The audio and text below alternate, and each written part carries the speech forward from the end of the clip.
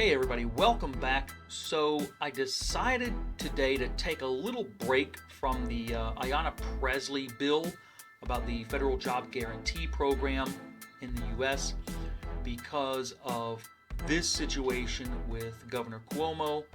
Now let me start off by saying right now, from the start, I don't think anything is going to really happen to Governor Cuomo. I don't think this will completely ruin his political career. I seriously doubt he'll be impeached or removed from office or anything like that. He's already stated, even after these allegations came out about sexual assault or whatever, he stated he was not going to resign. I think he probably will stick to that. Now, what I do think will happen is that his re-election, the next time he's up for re-election, I think he'll be hurt. Bad enough to lose. And maybe he'll decide not to even run when he's next up for election. He'll kind of take a step back and go away from the spotlight. Maybe write a book, do a few speeches, something like that. Come back a few years later and make a presidential run, or go for vice president, something like that. I will not be surprised at all if that's what happens to this man. I don't think anything terrible will happen. I'd be really surprised if someone brings up a civil suit against him, though I do think they should. After what happened with the now released fiasco of the nursing home investigation, we know it's true. This information had always been kind of on the back burner. A lot of people had talked about it, but there was never much proof that there was a total scandal going on with the nursing homes in New York. Well, now we've got the proof, and now the chickens have come home to roost for Cuomo. So sit back, relax, and enjoy. So we're going to start off here with BBC News, talking about the allegations of sexual improprieties and sexual assault and this kind of stuff, and saying things he, I guess, shouldn't have said. Okay? That's the first scandal that has popped up recently. So let's go over that really quickly. So what is Cuomo accused of? I think that's what we need to talk about with this. So a former top-level aide to Mr. Cuomo, Lindsey Boylan, claimed the governor touched her without consent and frequently made inappropriate comments about her appearance. In an essay published last month, Miss Boylan accused Mr. Cuomo of kissing her on the lips and asking her to play strip poker while on his private jet. Where's the Me Too? Come on. A second former aide, Charlotte Bennett, told the New York Times that the governor peppered her with personal questions that were clear overtures to a sexual relationship. I understood the governor wanted to sleep with me, she said. In a statement following Mr. Cuomo's press conference, Miss Bennett's lawyer described the governor's statement as full of falsehoods and inaccurate information. What a shock, right? Deborah Katz, who I believe is the lawyer, she disputed Mr. Cuomo's claim that he was unaware he had made any of the women uncomfortable, saying, Miss Bennett reported the sexually harassing behavior immediately to the governor's chief of staff and chief counsel. We are confident that they made him aware of her complaint, Ms. Katz said. A third woman, photographer Anna Ruch, said the politician touched her face and asked to kiss her at a wedding. The exchange was captured on camera. So if you're a Democrat, if you're far left or socialist or whatever, and you're all on board the Me Too train and believe all women, there you go. You got to be in the fight now. It's your turn. Put up or shut up. Put your money where your mouth is. Go and make sure he gets kicked out of office. Go and cancel him. Do it. Put your money where your mouth is, get off your ass, and go make sure Governor Cuomo is removed from office. Come on. You can do it. Next, we're going to talk about the current scandal. The newest one, I guess. Not the current, but the newest one. This is from the New York Times. And I promise, I will explain why I'm getting my information from BBC and New York Times and MSNBC. There's a reason for it. So the New York Times has got this article just recently, a couple of hours ago, about Cuomo aides rewrote nursing home report to hide higher death toll. Like I said before, this has been something hinted at and suggested for months now, that the numbers were wrong and that they knew it. Cuomo knew it. Well, now we've got the proof. And I like how they put in the title, even when they're trying to crush this guy's career, they still try to protect him just a little bit. Oh, the aides, they rewrote the report. Who told them to? Come on. So, the intervention was the earliest action yet known in an effort by Governor Andrew Cuomo that concealed how many nursing home residents died in the pandemic. Yep. Now, we're not going to go over this entire article. It's pretty long. We're just going to go to the main points so that you know exactly what's happening. So, top aides to Governor Andrew M. Cuomo were alarmed. A report written by state health officials had just landed, and it included a count of how many nursing home residents in New York had died in the pandemic. The number, more than 9,000 by that point in June, was not public, and the governor's most senior aides wanted to keep it that way. They rewrote the report to take it out, according to interviews and documents reviewed by the New York Times. The extraordinary intervention, which came just as Mr. Cuomo was starting to write a book on his pandemic achievements, as little as they were, it would have been a really short book, was the earliest act yet known in what critics have called a months-long effort by the governor and his aides to obscure the full scope of nursing home deaths. After the state attorney general revealed earlier this year that thousands of deaths of nursing home residents had been undercounted, Mr. Cuomo finally released the complete data, saying he had withheld it out of concern that the Trump administration might pursue a politically motivated inquiry into the state's handling of the outbreak. Excuse me. I don't give a shit if it's a politically motivated inquiry. If your actions are killing thousands of people, that's not necessarily politically motivated. That's just motivated. You need to be out of office. That simple. Basically what he's saying is he's worried Trump would have some ammo to use last year before the elections. Because remember, this was in June. This would have been some big-time ammunition that might have swung New York. Just maybe.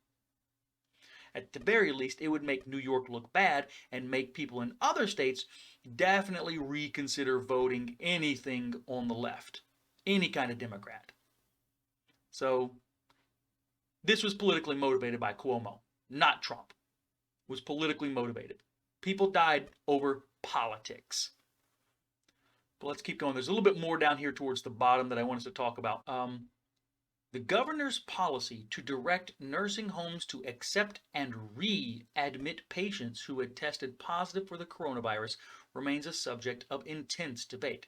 An investigation by the Attorney General's office released in January said that Mr. Cuomo's memo to nursing homes was consistent with federal guidance, but it may have put residents at increased risk of harm in some facilities.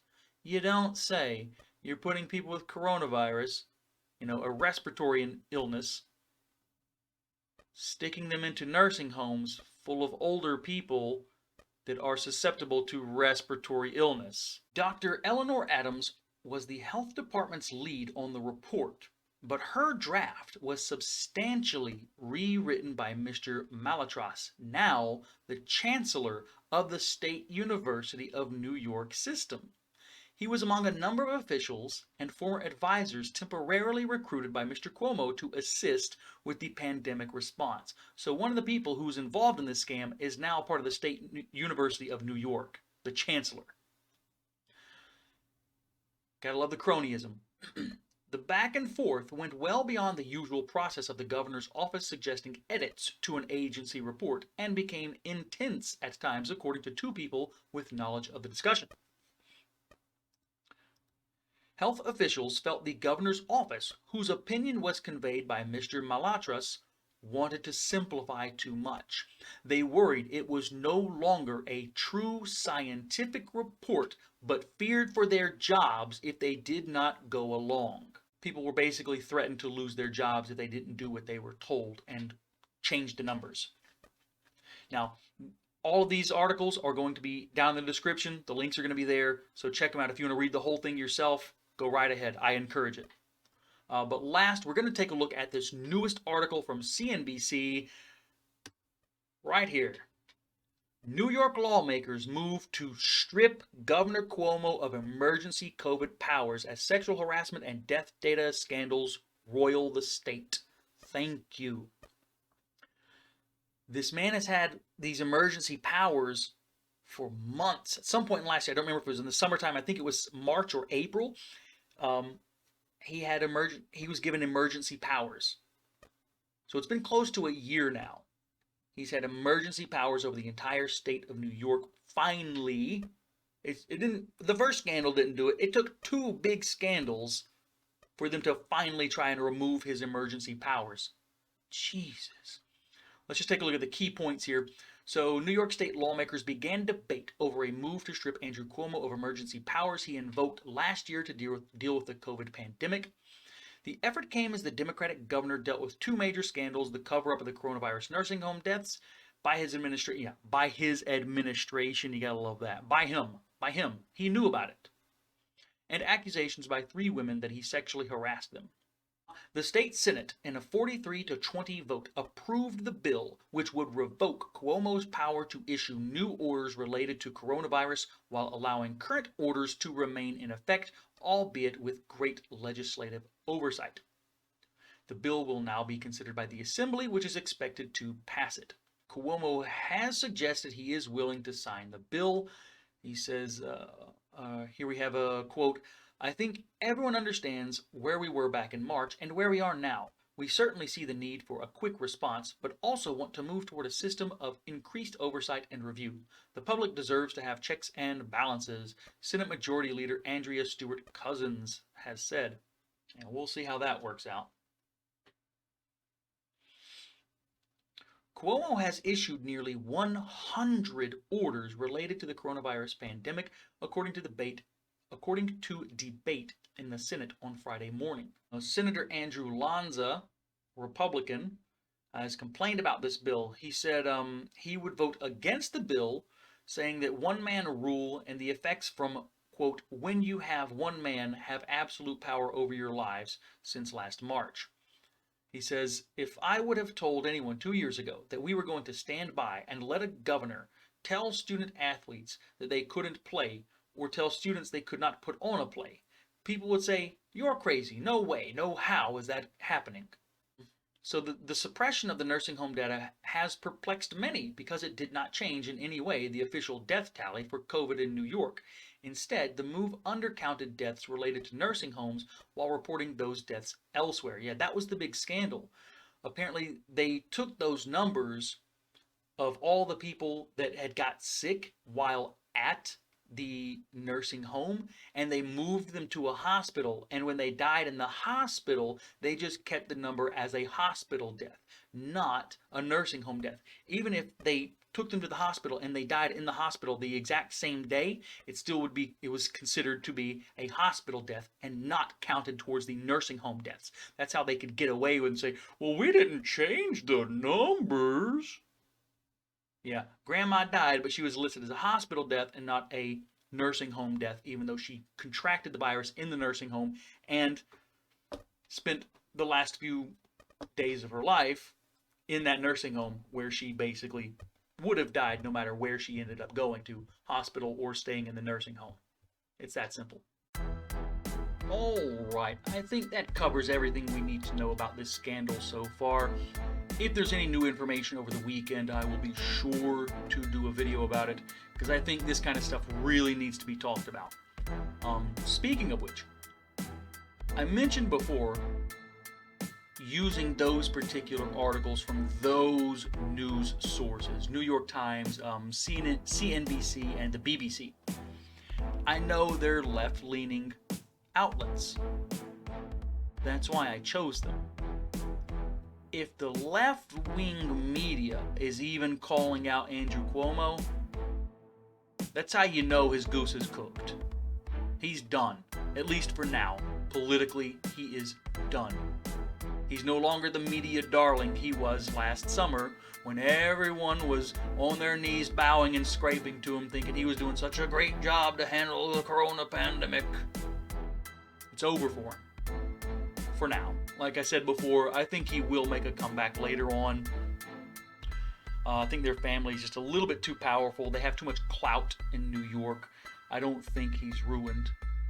He'll step away from the spotlight for a while and make a bid later, a few more years, 5, 6, 7 years. He'll come back, president, vice presidential run, something like that. I have no doubts. But that was the reason I chose those articles. So that you can see it's not just the right talking about this now. Even the left-wing media is in on it. So if they're talking about it, you know something is up. Anyways, I hope you enjoyed it. Until next time, I remain the Neo-Bohemian.